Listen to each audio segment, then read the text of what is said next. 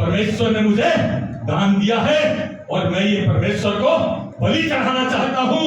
पिता भी आनंदित हुआ होगा, मेरे बेटे ने अपने आप आके मुझे कहा है।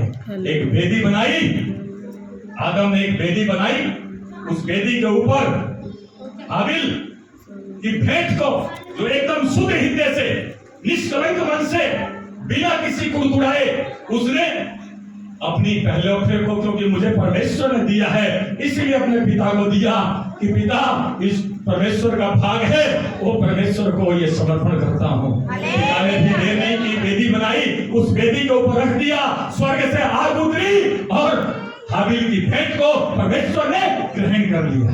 हालेलुया। यहाँ पे हम देखते हैं क्या पहलौठा अधिकार किसका था?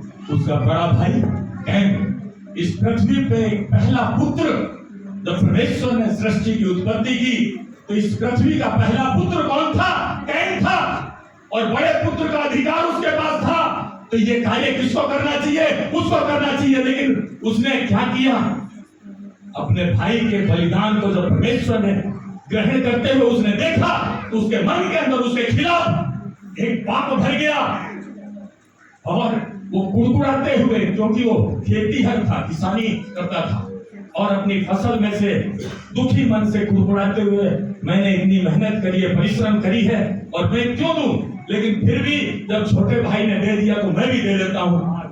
लेके गया, इतनी तेज आंधी आई, उसके जो पुलिये थे उस वेदी के ऊपर से उड़ गए। आंधी ने उड़ा दिया। क्यों उड़ा दिया? कि वो निर्दोष नहीं था, उसका मन शुद्ध नहीं था। ऐसे कैन आज भी मसीह भाइयों में भी उपस्थित है, संसार में तो है ही है। परमेश्वर ने उसको और उसके परिवार को कभी ग्रहण नहीं किया। हालेलुया।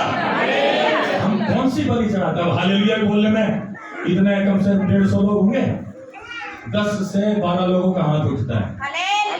हम जैसे बोएंगे वैसे ही काटेंगे।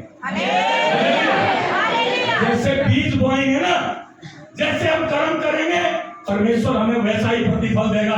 आप हाथ उठाओगे, हालेलुया बोलोगे, किसके लिए? अपने लिए। आशीष पाओ आएगी किसके लिए? आपके लिए। आपको नहीं पानी है तो जीवन भर ऐसे ही आना जाना रहेगा, आपका जीवन आशीषित नहीं होने पाएगा।